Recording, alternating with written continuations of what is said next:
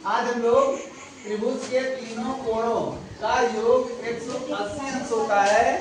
इसको हम लोग कैसे पता करेंगे, कैसे सिद्ध करेंगे कि त्रिभुज के तीनों कोणों का योग जो होता है 180 अंश होता है। ठीक है ना। तो चलिए देखिए, यहाँ पर जैसे हमारा त्रिभुज है, इधर ध्यान दीजिए, ये त्रिभुज है, त्रिभुज के ये तीनों कोण है। ठीक है, अगर हम इन तीनों को मिला देंगे तो इनका योग कितना हो जाएगा? 180 अंश हो जाएगा। ठीक है ना। कितना हो जाएगा? 180 अंश का मान। देखिए, अगर हम बनाएंगे तो 180 अंश हमारा इस तरह से बनता है।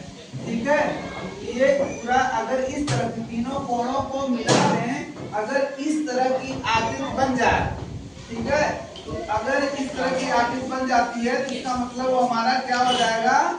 180 अंश का सिद्ध हो जाएगा। ठीक है ना। तो यहाँ पर हम लोग 180 अंश का कोण दिखाते हैं। देखिए, हमने आपके लिए ये बनाया हुआ है त्रिभुज। ये त्रिभुज है हमारा इसी तरह से। ठीक है, ये रेड कलर का है, ग्रीन है और ये ब्लू है। अगर हम इन तीनों को मिला दें, इस तरह की आकृति बन जाए, तो इससे सिद्ध हो जाएगा कि त्रिभुज के तीनों कोणों का मान कितना होता है? 180 अंश। ठीक है, तो चलिए देखिए, यहाँ पर हम इस त्रिभुज को इस तरह से रखेंगे और अगर इन तीनों कोणों को हम मिला दें तो इसका आकार इसी तरह से बन जाएगा। इससे सिद्ध हो जाएगा कि इन तीनों कोणों का मान 180 अंश है। देखिए, यहाँ पर इसको इस तरह से मिला दिए, इसको ऐसे मोड़ दिए और इसको इस तरह से मोड़ दिए। ये दिख रहा है आपको?